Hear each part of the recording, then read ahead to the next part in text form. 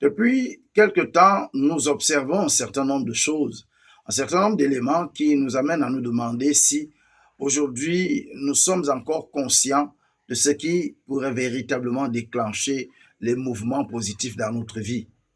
Nous nous demandons la plupart du temps pourquoi ça stagne dans nos vies ou alors pourquoi tout ce que nous essayons de faire tarde à décoller véritablement ou alors à atteindre la vitesse de croisière. Un certain texte dans les Saintes Écritures, notamment l'Évangile selon Matthieu, chapitre 9, verset 9, nous amène à décortiquer et à trouver quelques éléments qui peuvent être pris comme des conseils nous aidant à avancer, à prendre véritablement des tournants décisifs de notre vie. Nous avons déjà parlé en exploitant ce passage de ce que la vie nous apportera toujours des opportunités et que c'était à nous de savoir saisir les déterminantes. Aujourd'hui, je voudrais que, revenant sur ce même passage, nous trouvions quelques autres éléments, 3 au total. Le passage ou alors le verset fait état de ce que Jésus était allé plus loin et il a vu un homme assis sur sa table de travail appelé Matthieu. Il l'a appelé. Que peut-on retenir de cet extrait ou alors de ce petit verset qui peut booster ta vie, booster ma vie et transformer tant de choses autour de nous?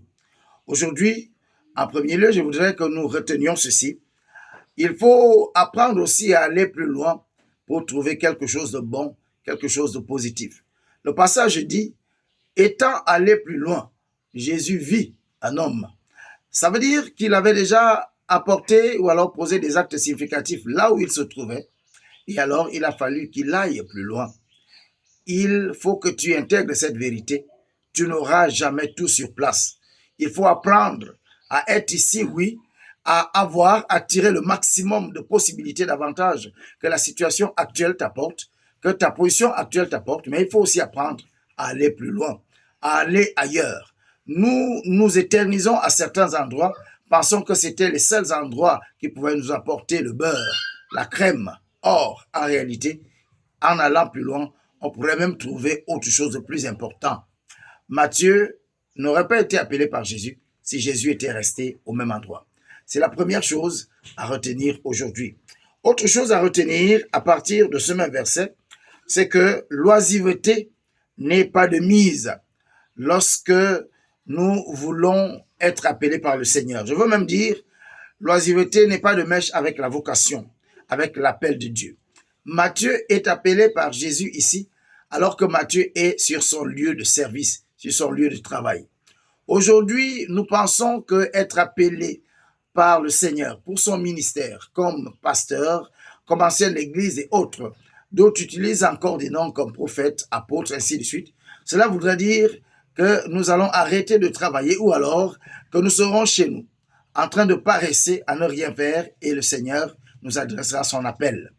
Matthieu a été appelé étant sur son lieu de travail. De même, d'autres disciples comme André et Pierre, et même Jean et Jacques, ont été appelés étant sur leur lieu de service. Le Seigneur se manifestera à toi là où tu es appelé à exercer. Alors, inutile d'aller le chercher ailleurs ou de croire que l'oisiveté va rimer avec la vocation. Le Seigneur a besoin de ceux qui travaillent pour une raison simple. C'est parce que tu travailles pour améliorer ta vie que le Seigneur est conscient de cette vérité. Tu pourrais également améliorer celle des autres. Comment peux-tu apporter aux gens ce que tu n'as pas? Si toi-même tu n'as pas l'amour du travail, comment peux-tu insuffler cet amour aux autres? Si toi-même tu n'as pas quelque chose de déterminant pour ton propre bonheur, comment peux-tu œuvrer pour le bonheur des autres?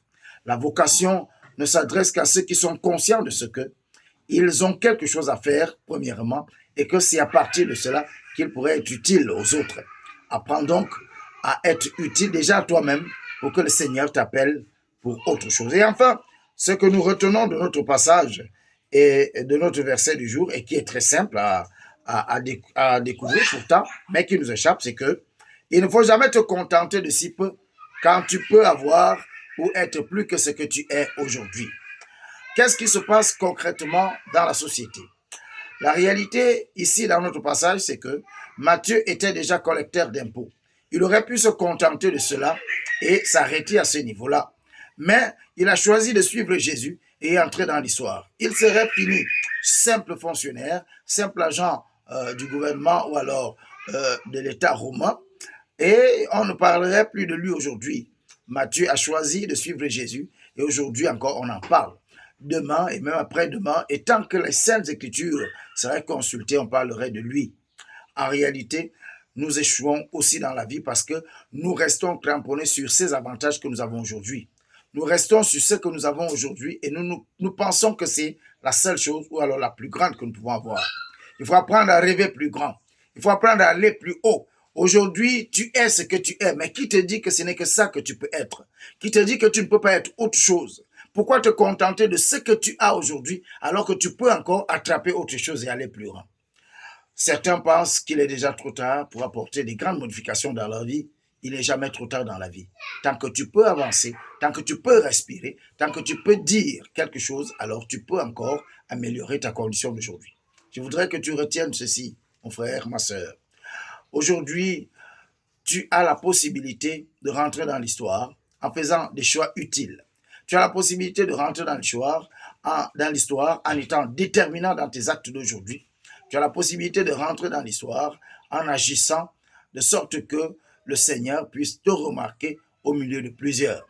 Ne sois pas de ceux qui se contentent de si peu quand ils peuvent avoir plus. Rêve plus grand, ouvre tes bras, apprends chaque jour, essaye d'avancer et avancer encore. Les limites dans ta vie, c'est toi-même qui les fixes et tu peux faire que ces limites soient dépassées. Que le Seigneur bénisse cette vérité en toi qui te permet de mettre ces 3 éléments en pratique pour que tu vois ta vie passer de ce cap à un autre. À bientôt.